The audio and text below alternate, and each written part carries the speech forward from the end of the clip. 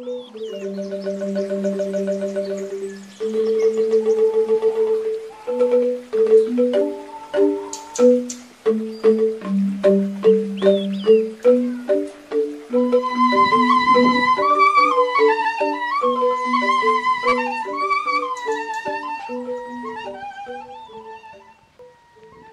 assalamualaikum warahmatullahi wabarakatuh. Kembali lagi ke channel Kampung Guyonan.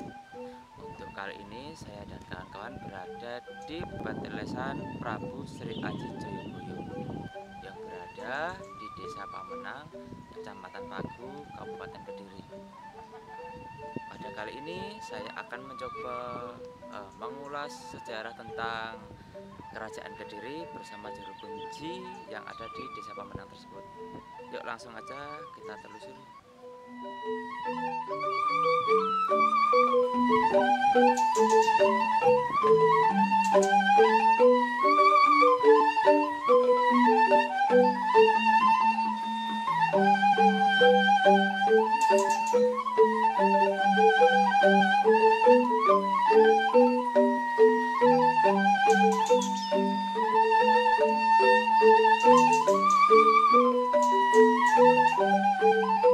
Ya, kali ini saya lagi ketemu sama juru kunci Petelesan Prabu Sri Aji Joyoboyo.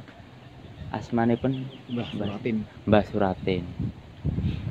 Niki mbah saya badene mau tanya mengenai kerajaan yang pertama yang kayak di Jawa itu kan Kalingga itu, terus tahap-tahapannya sehingga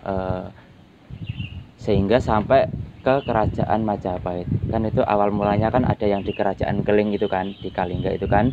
Dan sama tanya mengenai keterkaitan Petelesan Sri Aji Joyoboyo ataupun Prabu Sri Aji Joyoboyo itu apanya Resi Mayangkara yang ada di belakang itu.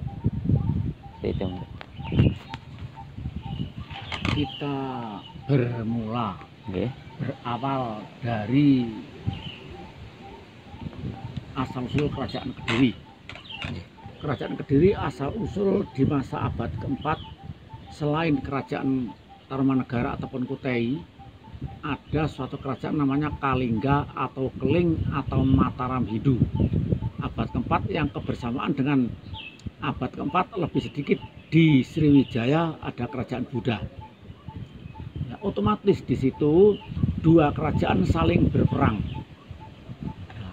Lalu dimenangkan oleh Buddha, sebab pada abad ke-4 ke-5 itu di Sriwijaya sudah ada sekolah tinggi atau pamalangan luhur yang namanya adalah Dharmapala.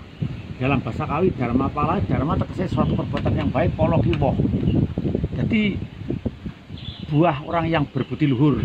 Nah, di situ pada waktu dulu yang mengajar agama Hindu adalah orang dari India, dari lereng pegunungan Himalaya, di sekitar gunung Himalaya, atau dari kerajaan Kapilawes itu anak Raja Sudadana yang bernama Siddhartha Gautama atau Gautama Siddhartha. Nah, setelah itu, setelah dimenangkan oleh Buddha, lalu Hindu dijeki dengan Buddha, lalu di situ diwakili oleh Sailendra. Setelah Sailendra mewakili di Jawa Tengah, kerajaan Kalingga, lalu mengumpulkan dari nama rakai-rakai atau bangsawan Buddha, namanya adalah Rakai. Rakai Galung, Rakai Pikatan, Rakai Warak, Rakai Waru, dan Rakai lainnya dipimpin oleh Pansapana Rakai Panangkaran. Pendirikan Candi Borobudur. Setelah jadi Candi Borobudur, lalu orang-orang Hindu yang kalah secara diam-diam melarikan diri ke timur, langsung di Jawa Timur. Itulah asal mulanya ada suatu Mataram di Jawa Timur oleh Empu Sendok. Tahun 929 berdiri suatu kerajaan Medang di sekitar Gunung Penanggungan, di lereng Gunung Penanggungan sekitar kota Sidoarjo dekat Sungai Berantas. Nah, di situ raja itu namanya Empu Sendok, lalu diganti oleh anaknya adalah Sri Isana Tungga Wijaya. Lalu kawin dengan Lokapala, lahirlah seorang anak Sri Makutawang Sawardana. karena Sri Wardana adalah mempunyai anak dua, yang satu kawin dengan Dharmawangsa, lalu Dharmawangsa menuntut balas untuk menghancurkan Sriwijaya. Karena Sriwijaya sangat kokoh sehingga Dharmawangsa adalah mati. Setelah mati tinggal Mahendradatta lalu kawin dengan Bali Udayana, lahirlah seorang Erlangga. Nah, setelah 1010 sampai 1040, nah, lalu kerajaan Erlangga pada waktu dulu diganti dengan Kauripan. Jadi Medang Kauripan oleh Erlangga, karena pada waktu dulu Erlangga untuk menduduki jadi raja tidak diperbolehkan karena masih kecil. Lalu disuruh bertapa bergelar Jati Nindra. Jati tuning Nindra ki turu le topo karo merem. Lah benteng baja Pertanegara diwakili oleh Narotama yang perkasa dan gagah berani. Nah, dibantu dengan seorang Pukanwa yang menyalin kitab-kitab bahasa Hindu kuno menjadi basa Kawi. Setelah itu lalu istri dari Erlangga namanya Senggrama. Lalu lahirlah seorang nama Senggrama Siwi atau Dewi Songgolangit yang terkenal jaranan atau Keli Suci. Karena dia tidak bisa tidak dibolehkan jadi raja. Lalu oleh Empu Barada kerajaan Kauripan dipecah jadi dua, Daha dengan Jenggala. Setelah Daha dengan Jenggala, lalu dua saudara itu menjadi perang. Lalu diadu oleh rakyat karena sama-sama sakti, sama-sama disayangi. Peperangan di antara dua saudara dimenangkan oleh Daha. Lalu Jenggala dengan Daha menjadi satu kembali. Daha dengan Jenggala dijadikan negara namanya adalah Kediri. Iketing dua saudara menjadi satu, atau disebut juga gelang-gelang atau kalang, karena di antara anak dua itu diadu peperangan lalu dikalang seperti ayam. Lalu dikatakan juga Panjalu, artinya Jalu itu lanang, dua negara yang diakan oleh Erlangga kepada anak lanang.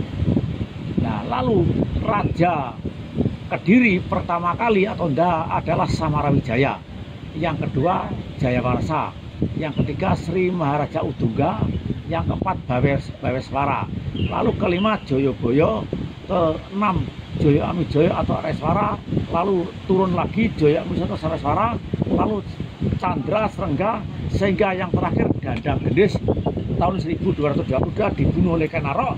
Kerajaan Kediri hancur, berdiri kerajaan Singosari.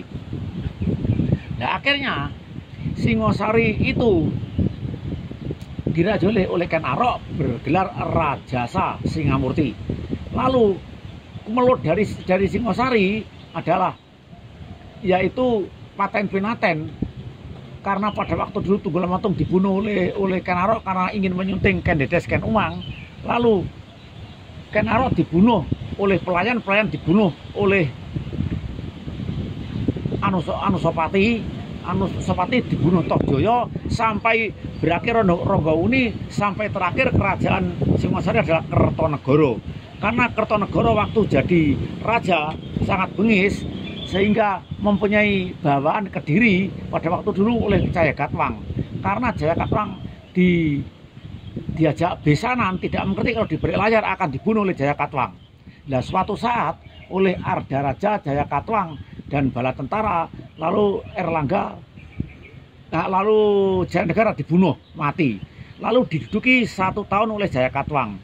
Karena tidak mengerti bahwa Jayagatwang itu waktu sebelum mati, Kertonegoro itu mau dibalas dendam oleh tentara Tartar. Pada waktu itu kapalnya adalah kapal Sampukong Dampawang yang ada di Semarang.